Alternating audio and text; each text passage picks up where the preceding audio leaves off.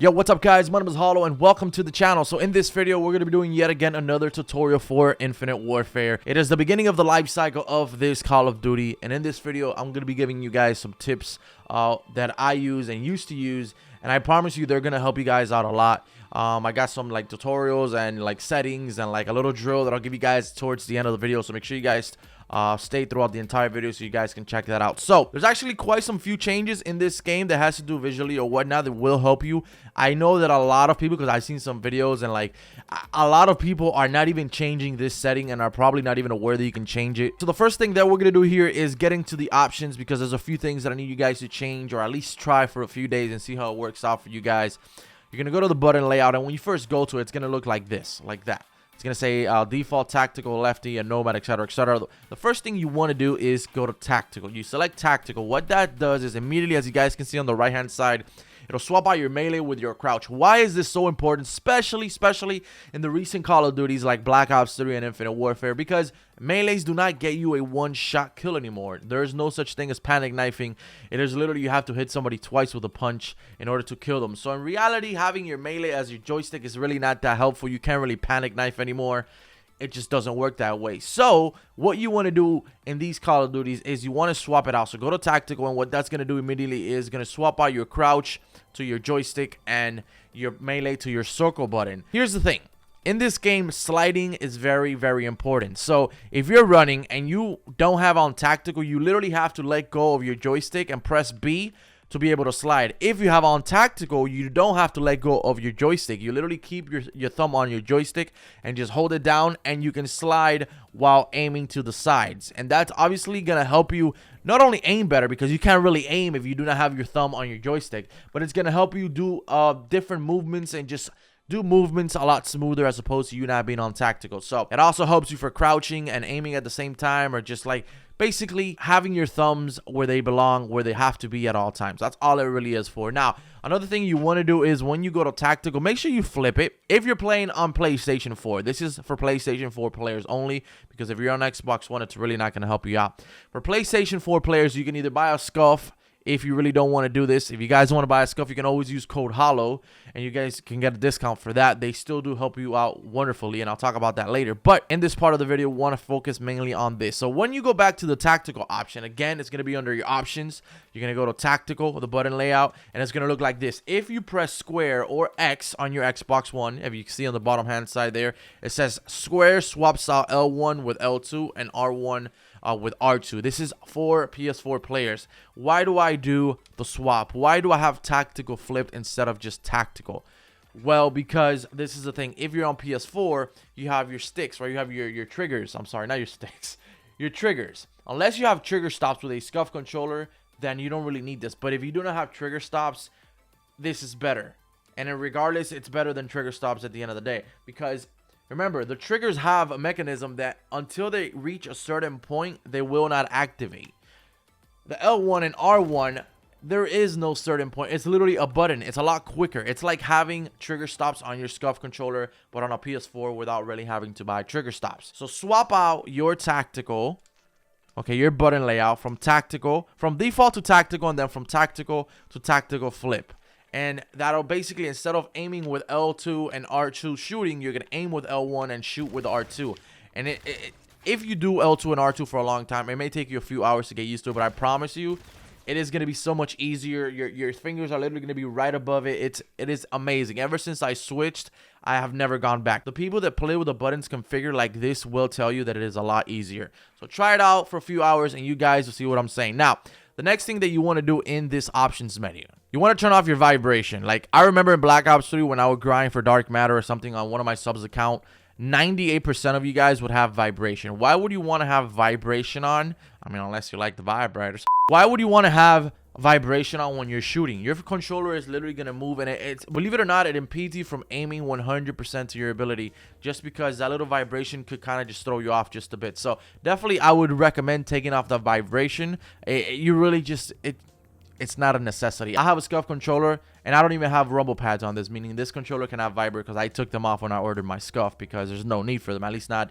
in my Call of Duty controller, which is this one. Now, for sensitivity, this is really, really important. you guys know in Call of Duty Ghost, I used to play like on a 10, 15 sensitivity because Call of Duty Ghost, the time to kill was crazy. It was just crazy. You would die like this. In this game, after the beta, they kind of fixed the time to kill, so it's basically identical to the one in Black Ops 3. In Black Ops 3, I told you guys, the aim that you want to aim for is literally between 4 and 6, maybe 7 tops. I know if you play on a higher sensitivity, when you go down, you're going to feel slow. But again, try it out for a little bit, for a few hours, and get used to it, and it'll feel better. You're going to have better control. The reason why I say this is because the time to kill in this game takes a little bit longer than it did in Ghost as well. Obviously, Black Ops 3 had the same time to kill. But now you have people fucking jumping around, double jumping and sliding and crazy shit. You really need to have your aim as accurate as you possibly can. And when you go to 4 sensitivity, 6, 5, that type of sensitivity, you have the most control possible, and at the same time you're not too slow. Once you start hitting the 3, 2, 1 sensitivity mark, that's completely too slow for this, for the style of this game, and that can actually harm you, instead of actually helping you out. So I think anywhere from 4 to 6, maybe 7, it'll be good. Unless you're sniping, then definitely you want to go a little bit higher. But if you're not, these are the golden sensitivities that work for me. Try them out. Let me know in the comments how it goes. You guys can always feel free to let us know what sensitivity you use in the comments below, by the way. Now, another thing that I do want to let you guys know, in this game, you have film grain. When you get the game, it's going to be all the way up. Turn it down, please. Turn down the film grain. It is just disturbing. And, of course, the motion blur. If you have motion blur, believe it or not, it's blurry. You don't see it as much. But it's not going to help you aim 100%. It's just a little additional blur to make the game look more cinematic. And trust me, I love the blur, but I would take it off. Just take it off. The film grain and the blur, take those things off. They're just cool add-ons, I guess, but they're just extra distractions that if you're really trying to aim better, you don't need, all right? So take them off, and that should help you just a little bit more. At the end of the day, all these things stacked up, taken off, or just, basically configured to what I'm telling you here will help you out at the end of the day. Now, the next thing that you want to do is you want to go into a private match, and this is where the drill begins, guys. All right, this is what I used to do. I need to start doing it again. The thing is, I stopped playing Call of Duty for a while after Black Ops 3's, like, 4 or 5 months after Black Ops 3 was out. I would only play Black Ops 3 for like when I had to make a video or anything. But now that I'm playing Infinite Warfare a lot, I'm starting to do this again, and I feel like my aim coming back. And trust me, it will help you guys out tremendously. All you have to do is the following. So I'm gonna back out here. All right, so we're here in the game setup menu. You want to go to Genesis. The reason I say Genesis is because Genesis is the same map as Strike Zone from Call of Duty Ghost. It is the same reimagined map. Trust me, the map layout is identical. It is that map. It's just not called Strike Zone, but it is. I used to do this in Call of Duty Ghost. Strike Zone and COD Ghost was the perfect map for this drill. Genesis, use Genesis for this drill. It's just the layout is perfect. It really is. Mode, free for all. Game rules, custom. You want to put unlimited time and 200 points plus or unlimited points, depending how long you want to do this drill for. And then bots, you want to put it on recruit, around 6 or 7 bots. Recruit, you don't need veteran bots or anything like that. All you need is some stupid ass bots that are running around that don't even know what the fuck they're doing. So obviously you need recruit bots. All right, so when you're in the game, this is what I want you to do. I want you to create a class, right, that you're going to use. For instance, let's say you log in today and you want to rank up your Nova 4. Before you begin, go into a private match and do everything I told you and start this game with a Nova 4 class setup. Why do I tell you to choose a Nova 4 or whatever weapon it is when you do the drill? If you're planning on ranking up a specific weapon, you want to make sure you do the drill with that weapon so you can get used to the recoil pattern. Because believe it or not, every weapon has its own unique recoil pattern. So you want to get used to that pattern until you level up the weapon or you just don't want to play with that weapon anymore. And then you can do the drill with another weapon and eventually you start getting used to the recoil patterns. Now, when you start this drill, one thing you want to do is you want to go to the options menu again and you're going to go to target assist. You're gonna disable target assist. What that basically is, aim assist.